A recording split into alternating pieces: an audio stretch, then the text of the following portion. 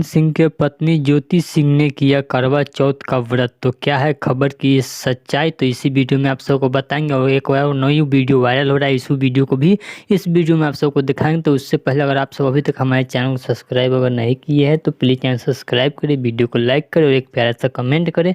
चलिए बात करते हैं पवन सिंह के बारे में। तो पवन सिंह की पत्नी ज्योति सिंह ने पिछले कल रात करवा चौथ का व्रत की थी, जिसका वीडियो काफ़ी तेज़ी से इंस्टाग्राम पर वायरल हो रहा है।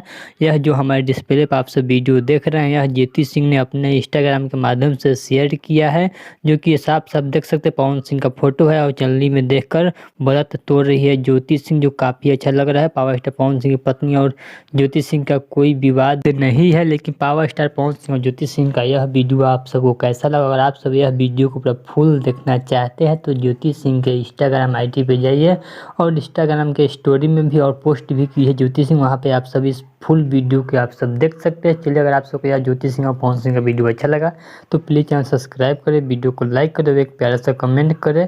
चलिए मिलते हैं न्यू अपडेट के साथ। तो ओके बाय।